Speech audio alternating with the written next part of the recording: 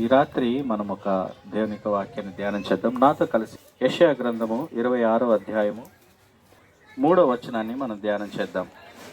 ఎవని మనస్సు నీ మీద ఆనుకొనునో వానిని నీవు పూర్ణ శాంతి గలవానిగా కాపాడుదువు. ఏలయనగా అతడు నీ యందు విశ్వాసముంచి ఉన్నాడు. ప్రియమైన స్నేహితులారా, ఈ రాత్రి దేవుడు ఏమంటున్నాడంటే మన జీవితాలను ఆయన పూర్ణ శాంతిగా చేయాలని ఆశపడుతుంటున్నాడు.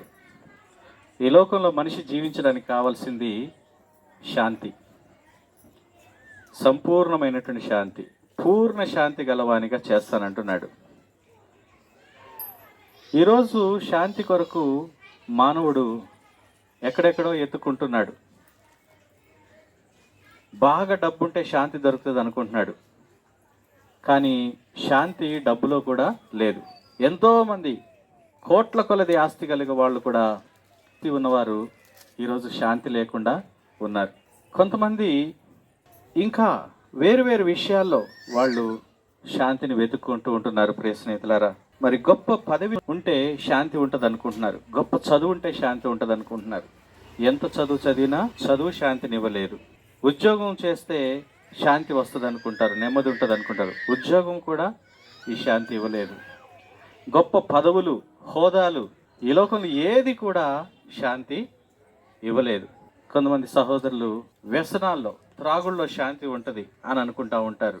తాత్కాలికమే, బాధలు మర్చిపోవడానికి అంటారు, బరువు దించుకోవడానికి అనుకుంటారు. దేని విషయంలో కూడా శాంతి దొరకదు. ప్రశ్నట్లరా, శాంతి సమాధానం అనేది దేవుడిచ్చేటువంటిది. ప్రైజ్ లార్డ్, హల్లెలూయా. ఈ రాత్రి దేవుడు ఏమంటున్నాడంటే ఆ శాంతి ఎక్కడ దొరుకుతుంది, ఎవరికి దొరుకుతుంది అంటే ఈ లోకంలో అందరికీ కూడా శాంతి దొరకదండి. ఎంతోమంది వారి జీవితాల్లో శాంతి లేక, సమాధానం లేక వారి జీవితాలని అర్ధాంతరంగా ముగించుకోవాలని ఆశపడే వాళ్ళు ఉన్నారు. ప్రియమైనటువంటి స్నేహితులారా, ప్రభు వాక్యం సెలవిస్తుంటుంది, ఎవరికి దొరుకుతుంది ఈ యొక్క శాంతి అనే ఆలోచన చేస్తే, ఎవని మనస్సు దేవుడి పైన ఆనుకుంటుందో వారికి పూర్ణ శాంతి దొరుకుతుంది. ఈ లోకంలో ఎక్కడ కూడా మనకు నిజమైనటువంటి శాంతి దొరకదు, కానీ దేవుడిచ్చే శాంతి వేరు. దేవుడిచ్చే శాంతి ఎంతో గొప్పది, ఎంతో నెమ్మది. ఎవని మనస్సు నీ మీద ఆనుకొనునో, ఎప్పుడైతే నీ మనస్సు దేవుడి పైన నిలబడుతుందో అప్పుడు నీకు శాంతి. నీ మనస్సు దేవుడి పైన ఆనుకోవాలి. పరిస్థితుల పైన ఆనుకున్నావా నీకు నెమ్మది ఉండదు.